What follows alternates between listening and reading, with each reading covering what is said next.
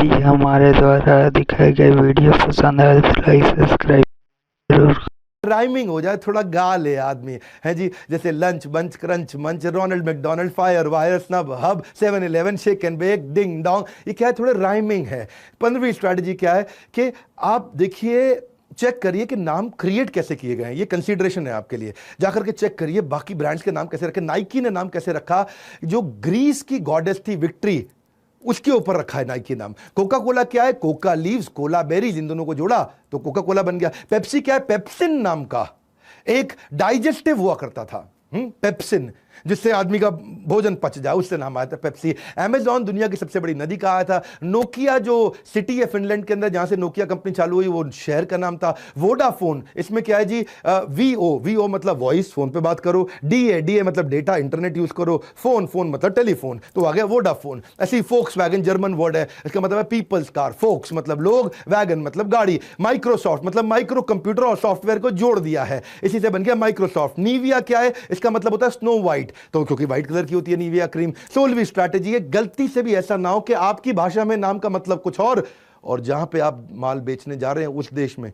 वहां पे मतलब कुछ और। ऐसा ना हो पंजाब में माल बेच रहे हो, वहां मतलब कुछ और बंगाल में मतलब कुछ और। बंगाल में मुझे रिक्शे वाला मिला था, मैंने बोला कतो टका, बोला कुड़ी टका। अब कुड़ी और टका ये सुन के पंजाबी आदमी शायद कुछ और ना समझ बैठे। जो वर्ड आप रखने वाले हो कंपनी का नाम, जैसे ब्रैट है, अंग्रेजी इसका मतलब होता है नॉटी बच्चा, लेकिन रशिया में इसका मतलब है भिखारी।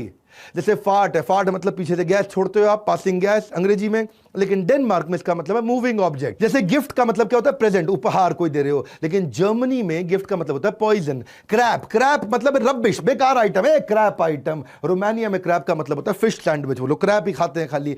मिस्ट का मतलब क्या है, धुंध, फॉग। जर्मनी में मिस्ट का मतलब है जी कूड़ा, कूड़ा। किस है जी, पप्पी किस लेते हैं जी, हाँ, टच विद लिप्स, लेकिन स्वीडन में इसका मतलब है मूत्र। कितना फर्क हो जाता है। जैसे कुकी बिस्किट है, तो हाँ, लेकिन हंगरी में उसका मतलब है स्मॉल पीनेस, हाँ, पुरुषों का छोटा लिंग। बाइट का मतलब है थोड़ा खाना है, चक मारना है।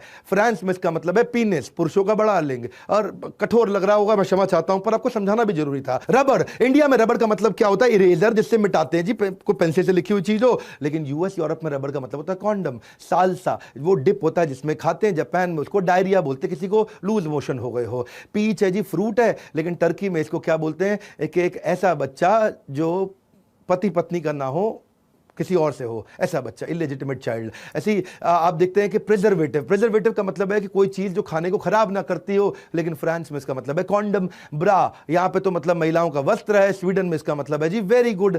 तो स्मोकिंग का यहां कुछ और मतलब है, और फ्रांस में इसका मतलब है कपड़े। पेडे का मतलब है यहां जिस दिन तनख्वाह मिलेगी। पोर्चुगल में मतलब है कि मेरे को आ रही है जी गैस मारने वाला हूं, ऐसा पूं करके। फेस का मतलब है जी चेहरा, लेकिन वहां पे फेस का मतलब है आपका तशरीफ, तो मतलब जो है जी आपके बटक। तो ये सब चीजें चेक करनी जरूरी है। 17वां है कि अपना लीगल ट्रेडमार्क जरूर चेक कर लो कि लीगली ये नाम अवेलेबल है कि नहीं है, जो नाम रखने वाले उसका ट्रेडमार्क क्या है, क्योंकि हम भी बड़ा बिजनेस में जो एवरीथिंग अबाउट एंटरप्रेन्योरशिप है उसमें इसको बहुत डिटेल में समझा रहे हैं आपको। फ्रेम